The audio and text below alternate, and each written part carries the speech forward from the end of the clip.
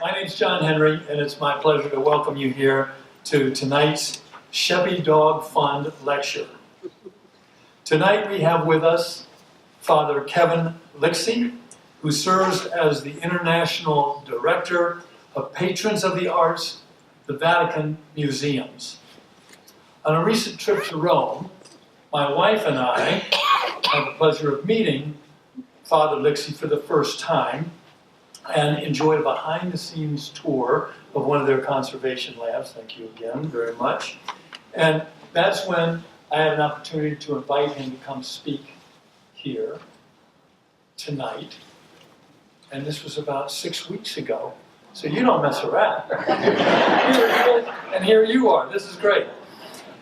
The Sheppy Dog Lecture Fund was established in 2012 by Dr. Alan Klein to address the topics of art, religion, and history prior to the 19th century. Thanks to Alan for the many wonderful lectures that we've been able to present. And unfortunately, he's on his way back from Iceland and arrives in Detroit in about 30 minutes. So I don't think he's going to make it. But we'll tell him all about it. For those of you who follow the Sheppy Dog Fund lecture series, Dr. Justin Sledge will be back by popular demand on March 3rd with the Art and Science of Alchemy. Sorry? Well, I've got a typo. Or you do. Somebody will let us know before we adjourn tonight, whether it's the 3rd or the 13th. But if you get our magazine, or if you go on our website, I'm sure that that's correct. It's the 13th. It's the 13th. Thank you. Then on April 9th, I think, Dr. Wallace, an internationally recognized authority on Michelangelo, will be here to give a lecture on the Sistine Chapel. I also want to thank, so no questions tonight for Father Lixey on the Sistine Chapel. Save it. I also want to thank, as always, the Charles Stewart Mott Foundation, whose continued support enables the FIA.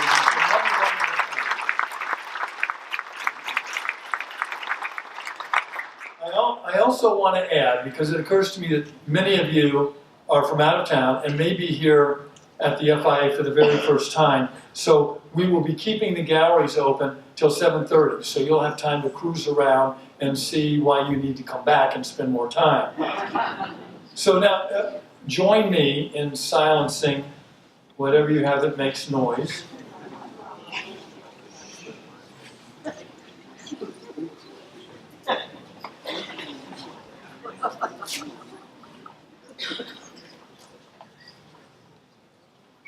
Along with some stunning before and after images, Father Lixey will offer an inside view to the fascinating world of art restoration that is carried out on a daily basis in the Vatican Museum restoration laboratories. Father Lixey is originally from Flint. Schwartz Creek, actually, isn't that right? Born of Flint. Yeah. Sorry? Born of Flint. And he graduated from Powers Catholic High School in 1987, and during his high school summers, he took art classes here at the FIA. In 2001, he was ordained a priest for the religious congregation, the Legionaries of Christ, and holds a master's in both philosophy and systemic theology from the Pontifical Athenaeum Regina Apostolorum in Rome. But you knew that from Rome. And as of September 2017, Father Lixey divides his time between the Vatican and North America as he serves as the International Director of the Patrons of the Arts in the Vatican Museums. Let's give a warm welcome, Dr.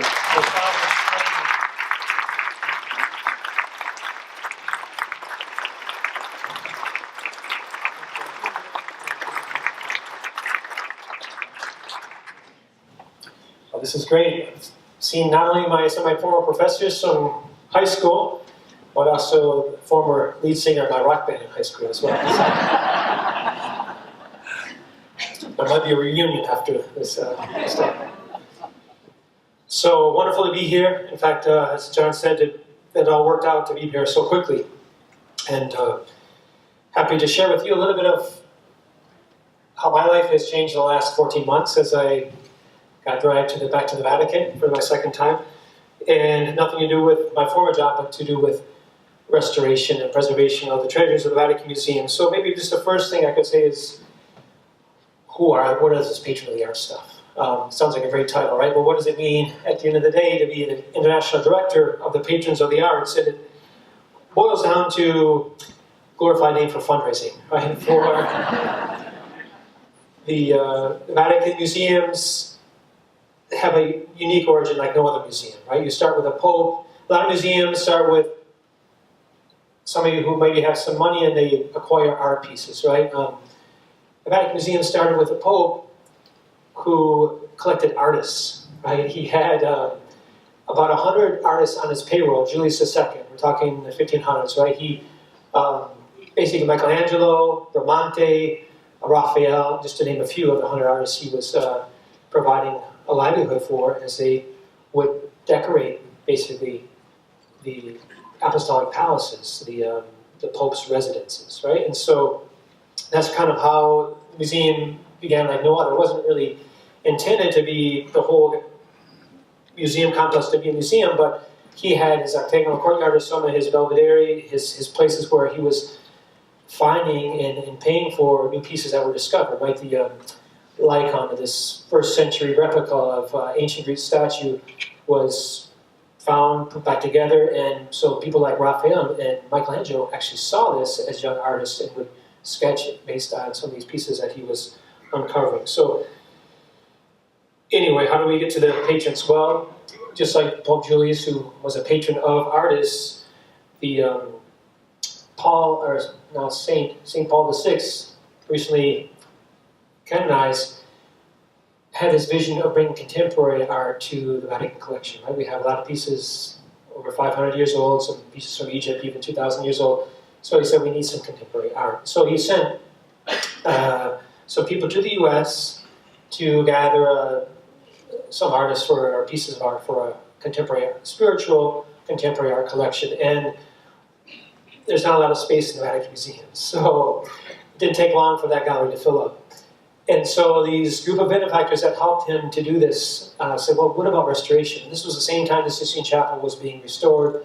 So the patrons of the arts kind of were born about 35 years ago, in the mid-80s, as a way to not only first to acquire pieces of art, but also to restore various pieces of art. And so that's kind of how it began, especially in New York, in California, Florida, and now it's grown to about 25 states or regions throughout the United States, Canada, Asia. I go to Asia next week, and even through Europe. Europe a little less just because Europeans are surrounded by art. They have the churches they need to restore, and for us, historic farmhouse, 200 years old, right? And there we're talking about pieces that are 500, 600 years old. And the Italians, for one, are heavily taxed, so they said, I already gave out the office, don't ask me for more money, so that's why we come to the U.S. And just kind of a full circle, the first man to head up the Patrons of the Arts was an Italian, and he came to Flint.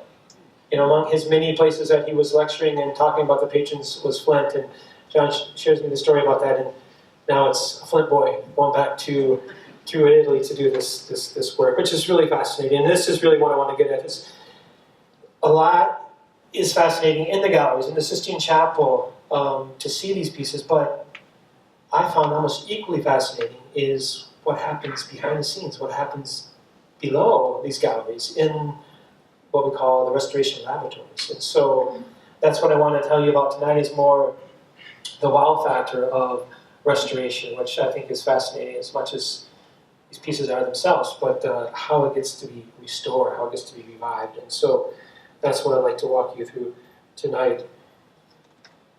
I'd like to start out with, this is, someone thought this was contemporary modern art, right? This is actually a piece of art that was in the Lateran deposit. So underneath St. John Lateran, was a deposit of some art, and it wasn't because of the ladder that got damaged, but this was once in a church, a lot of water damage, and so this oil painting on wood from the 1500s has been severely damaged. And so, you probably can't even make out what it is, right? But a chapter from Texas said, hey, we'll want to bring this back to life. So they adopted it 5 years later through a lot of research, a lot of analysis that we'll go through tonight. So it's incredible. I mean, the first day on the job, I went down to see this in the laboratory. I couldn't believe the before and after picture, right? It's just when you see the two together, right? But what 5 years of hard work and a little bit of elbow grease and some very careful scientific research can do to bring a piece back to life. Maybe you're wondering what's going on in this painting. I think it's always good. I know we're talking about restoration tonight, but can't help but share a little bit about what's going on here. This is the Madonna delle Centole, right? We think it's from Vincenzo Paganini. He's from La Marche region, so kind of the Adriatic Sea near Loreto. And we have 4 figures there at the bottom. We have to your far left, I think this works. We have, that is Doubting Thomas, okay? That's St. Thomas. And St. Rocco, right next to him. I think this is Catherine of Alexandria over here, and St. Bartholomew. But there's a legend about this, because you see this, can hardly make it out. There's a belt. It's called the Madonna delle Centole, so Our Lady of the Belt. So she has this belt that goes to Jesus, and then Jesus holding it going down to Thomas. So the story is, we know Thomas, many of you know Thomas did not make it to see Jesus when he appeared to disciples, right, after the resurrection. So Thomas was absent, he had to come back the next week to Cliff Notes, right, to figure out what happened, and then he sees Jesus, right? So the legend is he also missed, not only did he miss Jesus' appearance to the disciples, he also missed Mary's assumption into heaven. And so the legend is that he showed up a week later, he was off in India or something evangelizing, and so he comes back and Mary appears to him. And the legend is, well, she gave him this bell either because he was doubting as a test for his faith, as something to prove that she was now in heaven, or as a reward for his faith. We're not sure what side of the legend it is, but very interesting thing, and I don't know if you can see it from there, but this bell has little studs on it. So it's almost like the rosary, right? So the same time as the rosary devotion, this is also being painted. So kind of a way to understand the image a little bit. But this was, and here in the background, they think this is Ancona near the Adriatic Sea. Some of these things are typical. If you go to Loreto, you'll see a typical landscape like that as well. So a lot goes into figure out what. But the first thing you have to do when you get a painting that's in bad shape, as we saw, right? The first thing you have to do is focus on the wood, right? If it's painting on wood, if you have a lousy frame or the containment system of the painting is no good, that's the first thing that has to be analyzed. So part of the Vatican Restoration Laboratories is a lot of it's wood, the wood frame or the support system for this. So here's one day in the life of the lab here, but you can see some of these paintings are without their frames, so their frames are undergoing that, or the support structure itself. The back is what happens with wood. It expands and contracts with heat and humidity, and so it needs to breathe. So a lot of the groundwork really on restoration, the first thing is to work on the frame. Another interesting thing, termites. Who would have thought, right? Some of these wood has to be put in a type of body bag or type of enclosure where it's completely free of oxygen for a certain period of time to kill any type of infestation that wood might have, right? After 600 years, you might have some bugs crawling around this wood, so you need to make sure that's up. And then the second thing after the frame is really a lot of photography, right? We have infrared, also thermal photography, some other type of photography that can pick up things that we didn't know. Like some of this infrared can pick up the graphite of the pencil, right? So if there's a pencil drawing the sketch, you can find the original sketch by the photo and then from there you can understand what was original, what was part of the artist. Sometimes the thermal photography can tell what types of varnish were added afterwards, what was original to the painting, what came later, what was posterior to it. So this is a lot of the scientific research is just some serious photographic and other analysis that something might undergo. And that just helps us to understand better the approach of the artist, what they want, or the restorers, how they want to approach the restoration. This is not the Madonna delle Centole, it's what's in the laboratory right now. It's painting by Crivelli.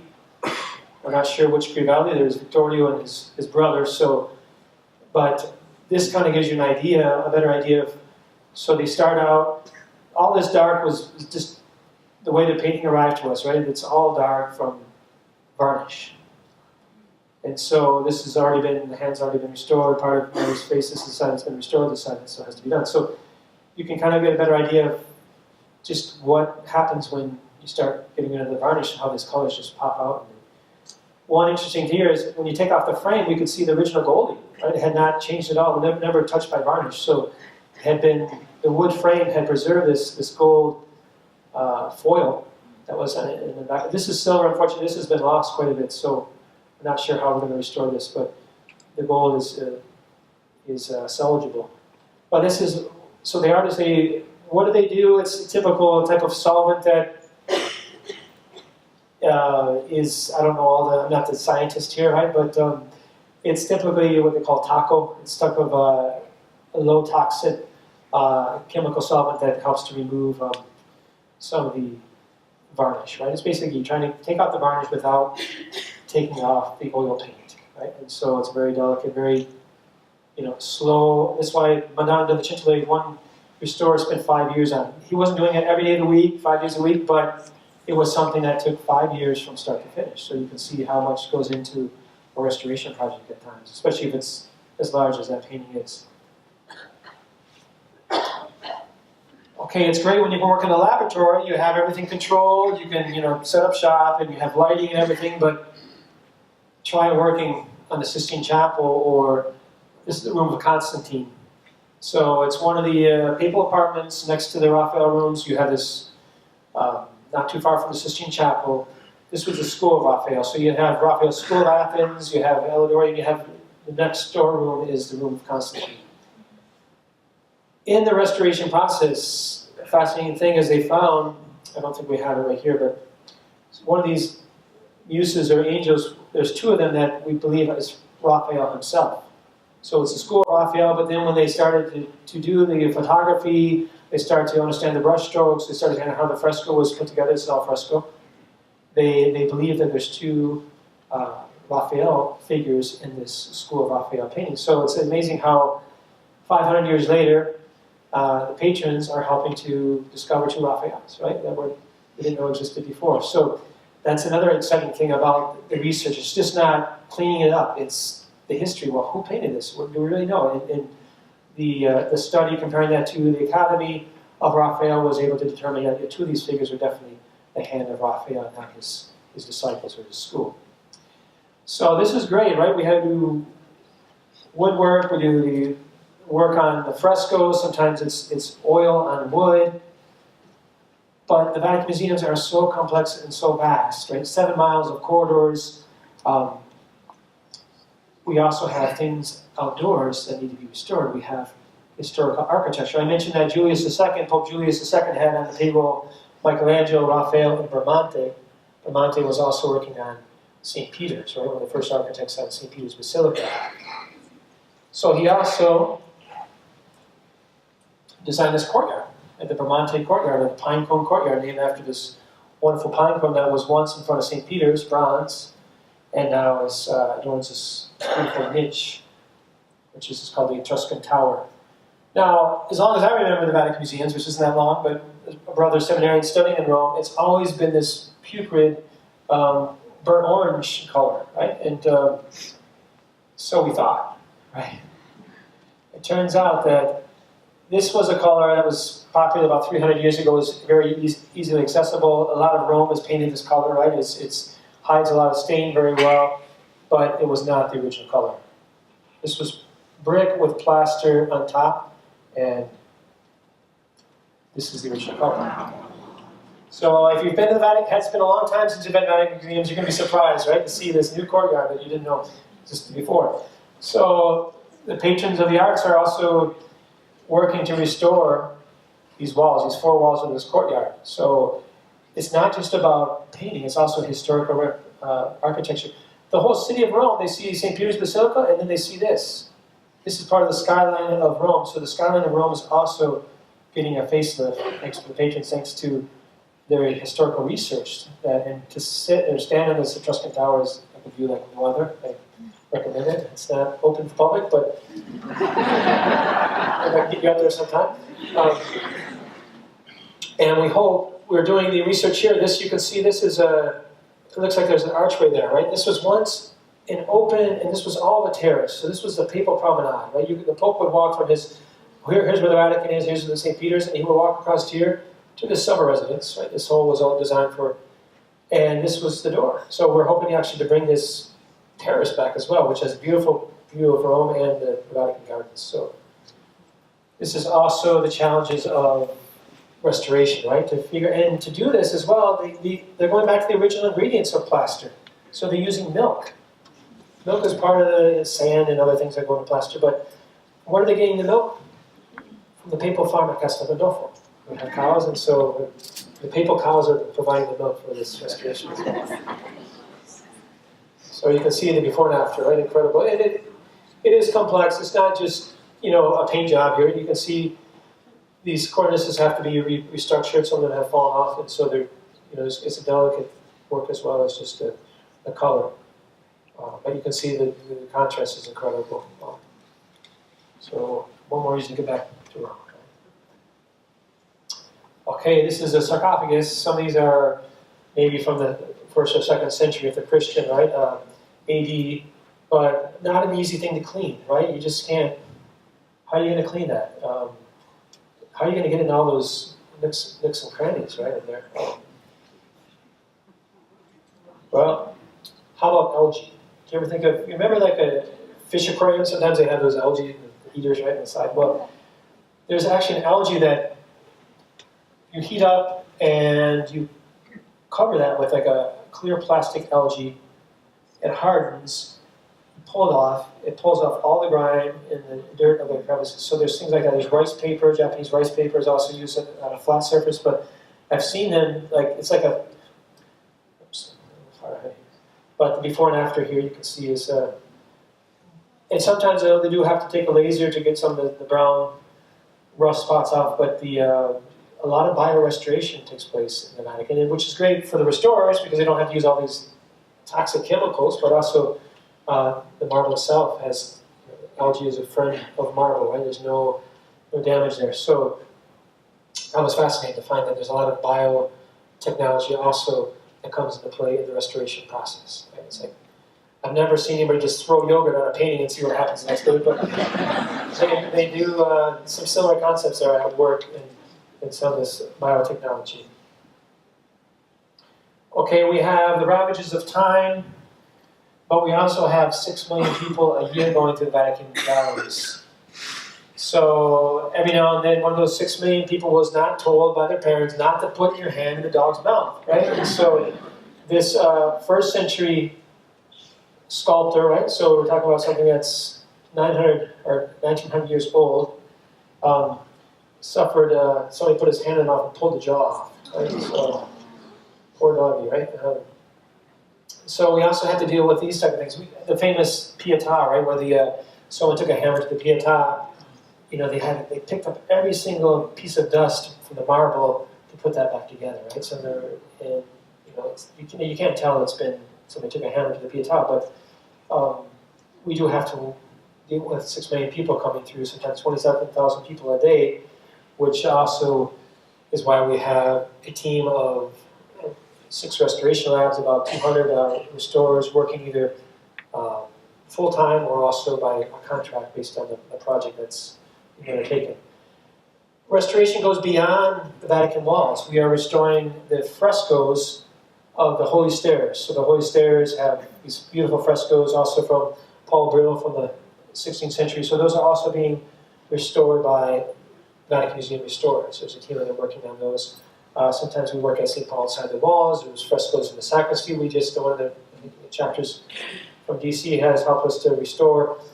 St. Mary Major also has a Sistine Chapel, not quite the size of the Sistine Chapel that we know, but so a lot of the work of restoration is not just the Vatican Museums themselves. The Vatican itself has a lot of palaces that are close to the public. What we call the Prima Terza, Seconda Terza Loggia, where the Secretary of State work, also have frescoes that are being restored. There's a lot of things that our restorers are working on, and sometimes on site, which makes it much more difficult. One fun fact or difficult fact is sometimes to put up the scaffolding takes longer than the actual restoration, right? To mount a scaffolding on a ceiling that's 20 feet high, sometimes is more difficult than the restoration itself. So what happened to our dog? Well, he got his bite back, right?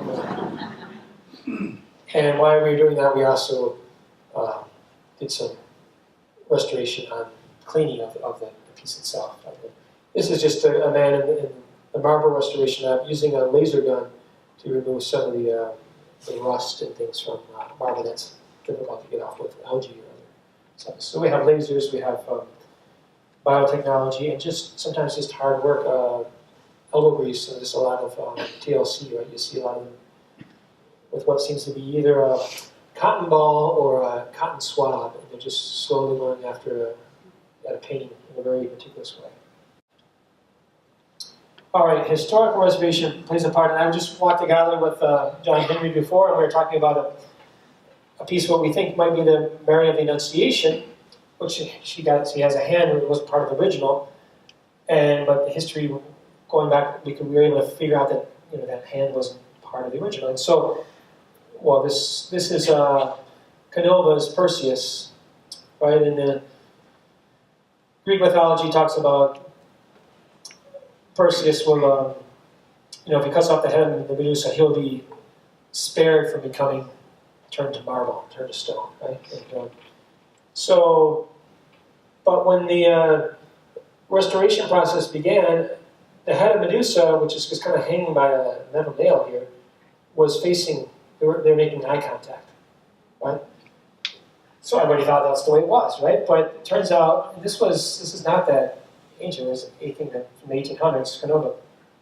The Pope bought this, put it in Napoleon took a few pieces away, right, to his own private collection, and so I can't remember which Pope purchased this and put it in the place of where the Belvedere torso was. And so, but this interesting thing was that they began the restoration a few years ago. They were making eye contact, but historical research has found that no, it was supposed to be like this. Perseus is looking at the Medusa, but the Medusa is looking at the viewer. So, anyway, that's why historical research also is an essential part of restoration. It's just not about, cleaning it up or bringing it back to life. It's also about understanding how it originally was and the context it originally was in. So, mummy mania, I don't know if you know about that, when they started discovering Egyptian tombs, there was in the 1800s, a lot of tours into Egypt, and everybody wanted to bring back a mummy. So there was a big market for mummies. So does the Vatican have any false mummies, any fake pieces of art? Right? Good question. And if they are, they're probably 200 years old, but do we have any? So we were curious about this mummy. Was it real? How old is it? So we gave it a CAT scan, right? And some of the analysis, whether it's photographic, also the CAT scan, this revealed lead and tin in the paint, which we knew was not from ancient Egypt, right? And so, there are a few false mummies, right, in the Vatican Museum. And we know they're false now, though we didn't know, we weren't sure. But so a lot of times there's other technology that's used, whether it's CAT scan or three-dimensional photography or some type of analysis that will help you to understand the origin, even carbon dating, right, to understand some of these pieces, are they false or are they true? So, okay, we also have to restore statuary in the Vatican gardens, not just inside the museums, but we also have beautiful gardens that need also are suffering the test of time, right? They need to be cleaned, especially mold and other fungus that grows. So this is just one piece. And the Michigan chapters here, I know the Michigan chapters working on it, just finished it. The patrons of the arts from Michigan chapter have, this isn't a piece, but there's a piece in the gardens that they've recently restored as well. But here after restoration. So what do they use? A little Windex, what do they get out there? And actually, you wouldn't believe it, but they are using essential oils. So I don't know the secret formula, and there's a little bit of peppermint, a little bit of sage and something. But believe it or not, and you can actually smell. We've been out there when the team's working on some of these. Here's this team. It's pretty cool. They all show up to work, and they go on their bicycles, right? It's kind of eco-friendly Vatican gardens, right? No cars, other than the postcard, gas-powered cars. But they ride their bikes out here, and in rain and shine or whatever, they're out here spraying some essential oil on a piece of marble, and it does no damage at all to the marble, which you use acid or bleach or other things that will do. But it's stain buster, great for mold removal. So maybe think about that next time you need to get clean your deck, right? And you need to. And here is they're actually doing a test on it. So I'm not sure the whole thing, but they do some type of microscopic test on, and they expose them to the sun, and they can tell how much. So they get like this cocktail: juniper and mint and peppermint and something. Essential oils to clean. And then there's just a lot of hard work, right? This is a tapestry bathtub, right? You thought you wanted a bigger bathtub? Well, check this thing out. This is huge. And there's actually some sisters that work in the tapestry lab. It's an ancient tradition. I mean, they've been around for this order of nuns. I think the Servants of Mary or something have been here for, I want to say for over 300 years, right? Or 200 years, I should say. But so some of these sisters are working here and cleaning a tapestry, but this very meticulous work. It's very amazing to see. I mean, this is an experiment some of the sisters is doing. These are all organic dyes, right? They're done on silk, wool, and cotton. And so they're trying to get, based on these flowers or hibiscus, whatever they're using, they're trying to get these great colors, right? And it's because they have to, again, they don't want to, they're trying to use either natural fiber ingredients to restore some of these tapestries. Sometimes they have to put a mesh not only in the back of the tapestry, but also on the front to preserve it, right? Because just the wear and tear, the heaviness of some of the fabric itself has to be preserved. So sometimes you have these very sheen, light gold, also mesh on the outside of the tapestry as well as the back of the tapestry. Okay, well, really, Father? Cars, right? No, the Vatican Museum has many different departments, and one of them is actually the Carriage Museum, which houses the carriages that were before the use of automobiles, right? The Pope used to have a 6-horse-drawn carriage with 6 horses, right? But I think for Michiganders, pretty interesting story here. The first Pope-mobile ever used by the Holy Fathers would be Pius XI. This is a 1929 Grand Page, right? Grand Page was built in Detroit, Michigan.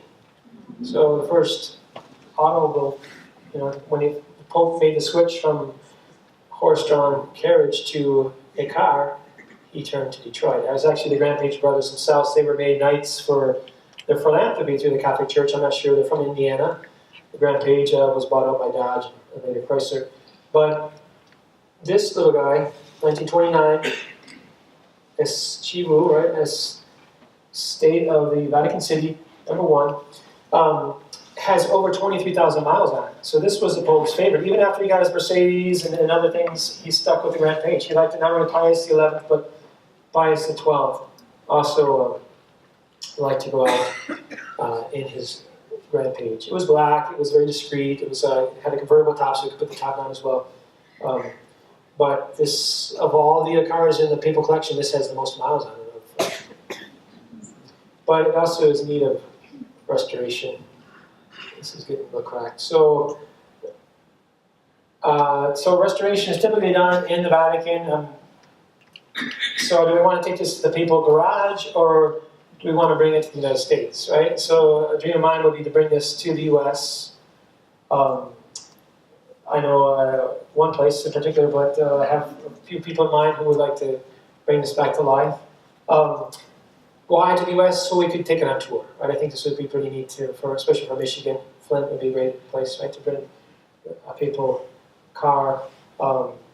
Just, I think, out of pride, right, for the automotive being the first, right? The first, maybe it's just a fact of trivia, but anyway, this is just to show the vast array of restoration, right? From cars to carriages, to upholstery in the carriage, to ceramics, to tapestry, to painting, to frescoes, to we have a whole ethnological museum. So missionaries who went to the foreign lands often brought back artifacts. Some of these things are the only things we have of tribes that are now no longer in existence. So we have a huge collection that's being, the museum itself is being restored, right? So maybe I should call John Henry. He's done a beautiful job here with the glass artifact section. So, so we have even feathers of an Indian cap, right? They need to be restored. So you can imagine just the diversity in the restoration labs itself is mind-boggling. And so what we typically do, I'm not here to sell you on this, but just to give you an idea. Typically every year we publish a wish book, and so our patrons will, when it comes out in the early year, they'll go through and they'll decide what they want to restore, and then they'll adopt it, and it might take 3 or 4 years, and hopefully not much longer to bring it back to life. But that's kind of the modus operandi of the patrons and the restoration labs. And we're up to about 70% of the operating budget of the Vatican Museums are restored through the patrons of the arts of the Vatican Museums. So we subsidize heavily the Vatican budget. You know, why is that in the first place? You think, I know the Louvre, for example, most of your modern museums, especially government museums, are subsidized by the government, right? So maybe ticket sales and the book store does about half your revenue, and the other half comes from the government. The Vatican is a little bit different. I think not only do we, we're not subsidized by the Vatican, we tend to help the Vatican fund itself, right? This is one of the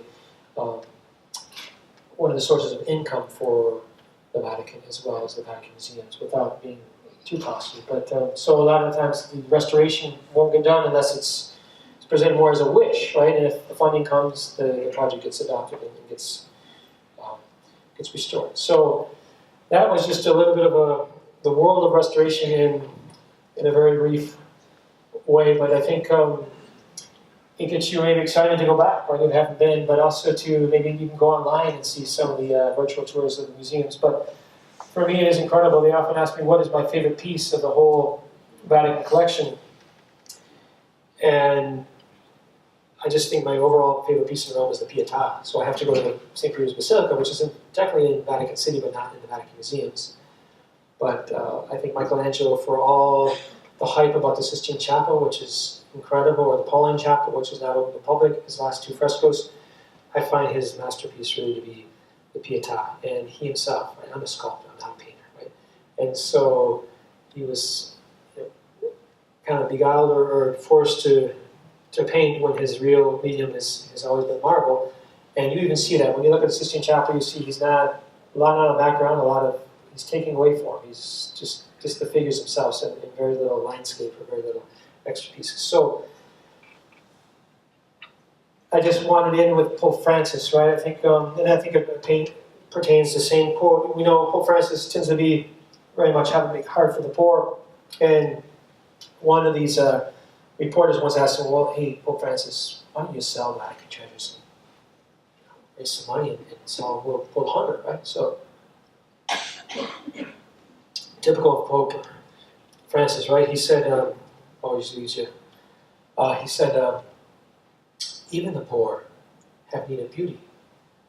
So why sell these treasures when, in fact, we have a responsibility, we have a duty to preserve them, to protect them, and to offer them to as many people as possible, right? So this is really, I think he's convinced that this is a mission of the church, right, that started by Pope Julius in the 1500s, but to amass a collection from all over the world, but for the world, right? This is really a patrimony of humanity. It's not to be locked up in somebody's collection, private collection, or closet, but it's to be shared. But with that comes the challenges of trying to share it with 6 million people a year and 27,000 people sometimes a day. And so that's probably our biggest challenge right now in the Vatican is just crowd control, right? Trying to keep up with the mass that is not going away. It's every year it's increasing more and more, people are traveling. And so that's probably our greatest challenge right now. So we'd love to, just expand, but we're in a very limited territory with the Vatican, not a lot of room for expansion. So that's probably our biggest challenge right now. But for the patrons, it's probably reaching new generations. So I'm happy to, we celebrate 35 years this year of the Patrons of the Arts, and happy to be part of this kind of transition from this milestone anniversary to the next generation. So that's it for my restoration talk. I don't know if you have any burning questions about restoration or any you'd like to share, but just want to thank you all for coming out, and some of my former teachers here from high school as well as others. We're going to have to make this more often, right? It's a good excuse to come back to Flint Mission, right? So, but that being said, I'm not sure if there's time for questions or if there's anybody who'd like to add anything. I'm going to check my watch here. Yes? There's an even deeper reason, I think, than the one that you've enunciated from the current Pope. And that is, a lot of people think of God as all-powerful. A lot of them think of him as all-wise. But he's also all-beautiful. Now, this is something that goes back a long, long way. St. Augustine very famously said, "Sero te amavi, o pulchritudo, tam antiqua, tam nova." At last I have come to love you, O beauty so ancient and so contemporary. And there are elements, who is from Balthazar, for example, who have seized this as a very important concept. But it's the relationship of God to man. It is absolutely interwoven with beauty as well. Oh, definitely. Just in September, we met with the Holy Father, some of our patron leadership, and he again struck on the same thing. He said, like art is one of those rare forms, or via pulchritudinis, right? The way of beauty is so relevant today, right? Especially, he says, in a society that often ugliness or harshness or just division, right? Beauty is a great harmonizer, right? He calls it a symphony, right? So I couldn't agree with you more. And in our audience of the 6 million people are from all over the world, right? They're just not Catholics there. You have from every race, tribe, tongue. It's incredible just to stand in the museums and just watch the number of faces, the different faces that come through the doors. How many restorers are working on this project? We have, I think, about 200 restorers that are, as I said, either full-time or like the Holy Stairs, they're there until the project's finished, right? And so they kind of ebb and flows probably between about 100 to 200 restorers, depending on the projects that they're undertaking. So. Ed Preville, you want? Yes, Ed Preville from St. Mary's Queen of Angels, Swartz Creek. And are the catacombs listed as works of art? Well, there's certainly part of Vatican Museums, besides the Discovery Tour, which some have gone, we have our own necropolis that when the Vatican wanted to build a parking garage, they started digging, right? It's not a good thing to do in any place in Rome, and they discovered this first and third century cemetery, right underneath. And so it's a work of art, I think, in as much as the sarcophagus alone, right? Each one is intricately sculpted to even the monuments themselves, right? The way it was, the mosaic floors, right, that embellish some of those tombs, right, are incredible. Not to mention the pottery that's found there. So it certainly is. I think it's part of also just part of humanity, right? That's been captured in time, buried under ash or under dirt, and now uncovered. And so it's called the Necropolis of Santa Rosa. I well recommend. It's part of the Vatican Museums. You can make an appointment to go there as well and see in a very beautiful way. You can kind of walk over So it's been preserved in a way that you can understand how it originally was. So, one row here, Deacon. I don't want to take away from your discussion, but when you showed us that picture with the two artists in it, do you think that was the first selfie? Well, Sorry, that went through my mind as soon as you mentioned it. we certainly have, you know, a lot of times the donors were depicted at the bottom of some of these paintings, right? The patron who sponsored it, but also, you know, Raphael himself in his academy, where he always does his self-portrait, but he also has even brought his arch rival Michelangelo into some of those paintings as well. So there's a lot of times it's to do honor to the other artists as well, to show them depicted maybe as a different artist, or in this case as a philosopher, but it's definitely Michelangelo. So in the middle here, Nick. I don't want to be offensive, but is there a reason why, like, since you're Legionaries of Christ, that they chose an LCU over like a Jesuit, since you mentioned missionaries coming back? No, I think originally there was a lay person in charge of the patrons, and then there was a Dominican priest, Father Dustin Allen, who for I would say maybe 10 years was in charge of the patrons, got everybody going in the U.S., and then Father Mark Haydu was a legionary who took over about maybe 12 years ago, and there was one in between that. And so I think it's just, typically, I mean, it's like my other Vatican job, it's who you know, right? So a cardinal, who did he pick up the phone? He needs someone, so he calls maybe whoever he knows who's a provincial of a religious order who's on a speed dial, right? And so a lot of times that is part of how people land in the Vatican, I believe, is just through whoever the cardinal who has got to find the man for the position has within reach, right? So I don't think the only reason I think I came back to the Vatican was precisely because I had Vatican experience, so I wasn't starting over from zero. I had kind of knew the workings of the Vatican for this job. So yes, the blonde, yeah. I have a little more mundane question. I'm curious about the algae that was used to clean. I can't tell you exactly what type of algae or that, but certainly could get you more information about that, Well, right? we are talking about the algae that comes out of the ocean and some form of that. Okay, thank you. Yeah.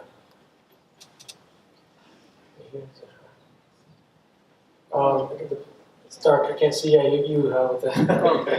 Okay. I have a question, but first of all, there's someone right down in front that's apparently difficult for you to see. Perhaps they'd like to ask their question first. Thank you very much.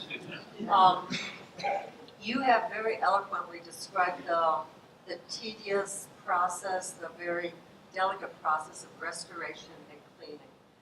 Is there ever the fear of over-cleaning, that all of these Madonnas look to be so very, very light-skinned, and Italy, the Mediterranean, is known for darker complexion?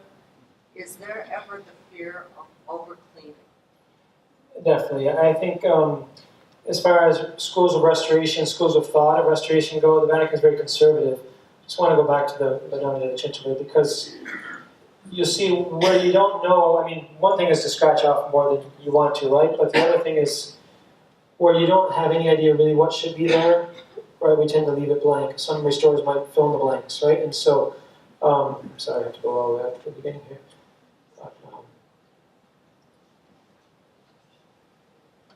There we go. Just notice here, right? This is all just left gray, right? We didn't know what's really supposed to be there. So a lot of times all restoration is reversible. So if they touch something up, it might be with watercolor, wouldn't be with oil. So there's no oil added to the paint right here. It's just, if there's any color added, it's watercolor that can be taken away immediately. So here you don't know exactly what the artist had in mind. So it's just, it might be if we go back to the original, right, we see the same blotch of water, right? It's very predominant here. So and it becomes just maybe a light gray. Again, reversible. But it is a danger, right? And so you can see some schools that go a little bit further, right? And try to fill in the blanks and reinterpret the piece, right? I think here we're just trying to remove anything that shouldn't be there, Perhaps based on the color hues, you could, make it not at least jarring, right? So it's not going to stick out at you like this big white blotch here, but at least it's harmonious with the piece itself. And it's, as I said, if the further research determines something else, it can be, removed without any harm to the work. So, how about any? How are we doing on time here? I'm sorry, you had the question before that. So, forgive me if you already touched on this. Are there other facilities elsewhere in the world that are utilized for the restoration work? For the Vatican Museums, I would say generally not. Maybe with the etymological or some of the things that are, but even there, it's not like there's a whole lot of school for that either, right? So most of our restorers probably study in Europe, so the European training. Walter Persagati, who started the Patrons, his daughter is actually in charge of our paint restoration lab. So a lot of times it's some family that's passed down. The marble labs have been passed down from one generation to the next, some of the marble restoration. So, but as far as outsourcing that I know of, it's, if anything, it's insourcing. We do a lot of things that some of the frescoes that were damaged by some of the earthquakes in Italy have been brought to the Vatican laboratories for restoration, or sometimes restores are outsourced, but I don't know of a lot of sending works out that I know of. I mean, like I said, the people cars may be one thing that I'd like to outsource, but let's take a few more. John, wait a minute. Yes, in the blue. You've got a lot of money tied up in cleaning these up. How do you preserve the ones that are cleaned up?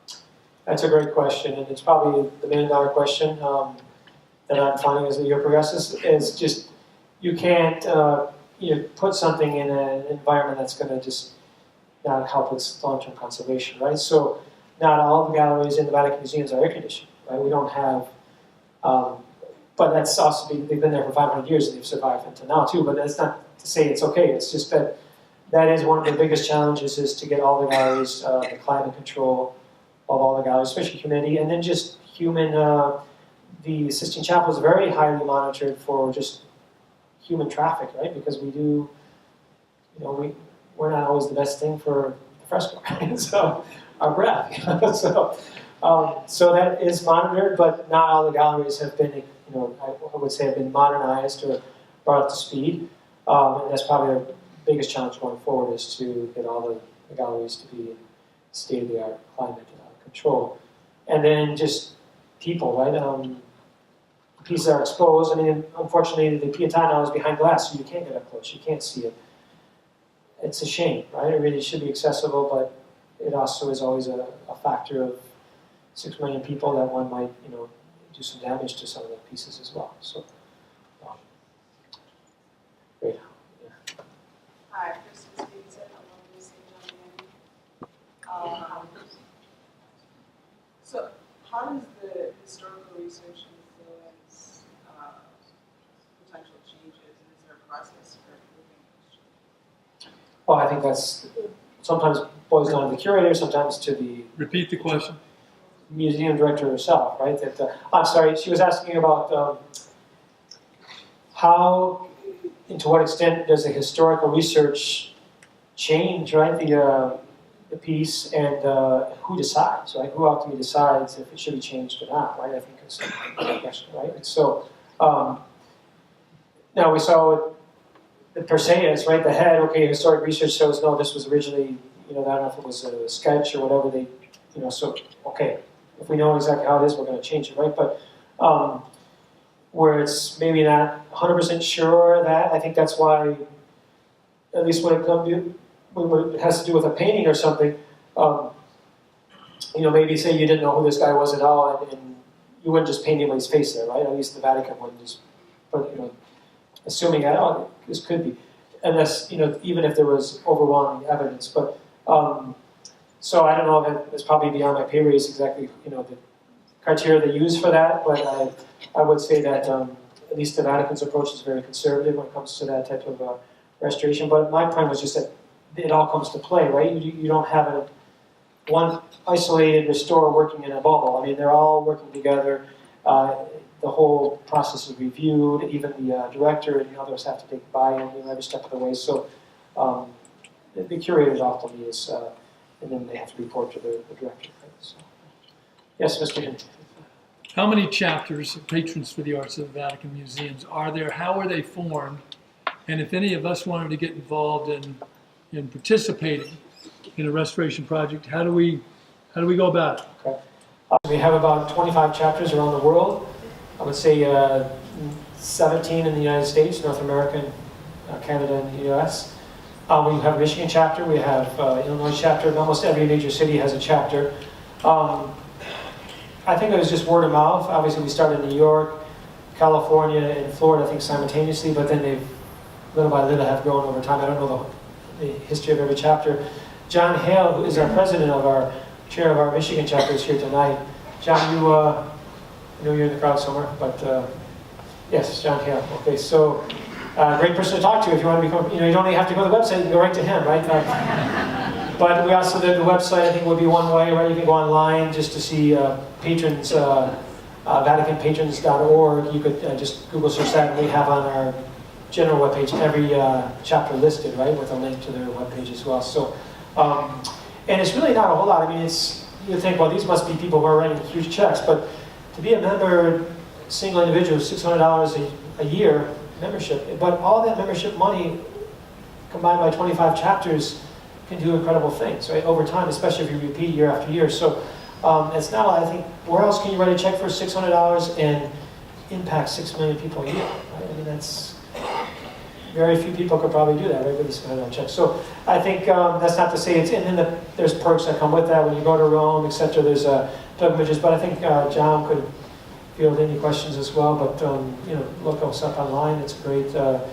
And I think people are in it not just, there is the beauty, right? There is they love being in touch with these pieces. A lot of the local chapters, the Michigan chapter, will do events, whether at the Detroit Institute of Arts, other events that are, I would say, uplifting, not just spiritually, but also beauty, right? Beauty as a way to uplift the soul. So they might go through a gallery locally and have an auction, walk them through something. And so it's I think, a culturally enriching and spiritually enriching, as well as being a philanthropic organization as well. So it's a great thing. It's cool to be a patron. Right? I think we're going to wind down, right? Is that time? Yep.